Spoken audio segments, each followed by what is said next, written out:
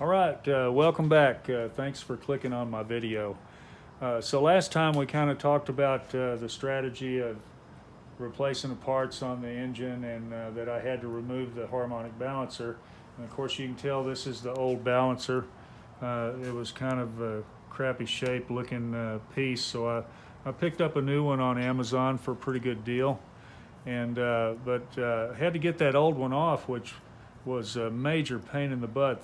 These things are interference fit, and they are on there tight. This bolt is on here like it a gazillion foot-pounds or something, and I couldn't even budge it with this much of cheater pipe. So it was a pretty bad deal. You can see the snap-on adapter just broke real nicely there, and so that was not good. So anyway, I found this YouTube video about getting this bolt out, and the guy explained that all of the torque was spread out across this flange here, and that if you drilled holes in that flange, you would relieve the torque and therefore be able to get the bolt out. And so that sounded reasonable to me, so I did that.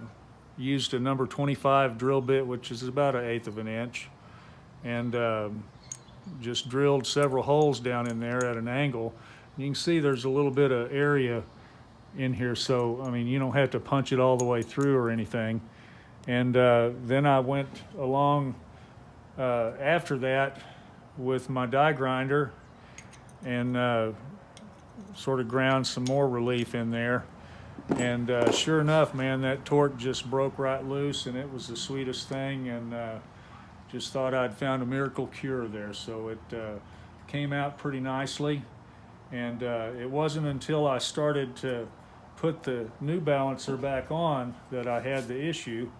But anyway, that was the bolt, but then I had to get that balancer off of there. So it says to use this Chrysler harmonic balancer puller, which this one is a Shankly brand, part number DN-A1138, and looked all cool and everything like that, except the depth of this hole inside this crankshaft is like way down there, and so the rods that came with the puller were not long enough, so I had to go down to my local hardware store and buy a stick of, I think it's 5/8 inch weldment, and I cut this off and just kind of smoothed it off, and I cut me a 7 3/8 inch piece, looks like,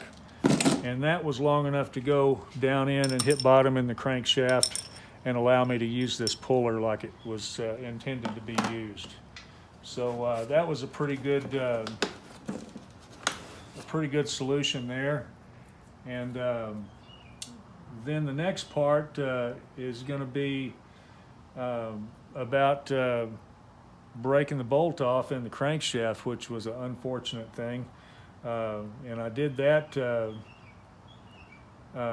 by getting in a hurry, making a mistake of trying to crank that thing down on there with using the old bolt, as opposed to going out and buying the proper installation tool. So we learn our lessons. So until next time, we'll see you then.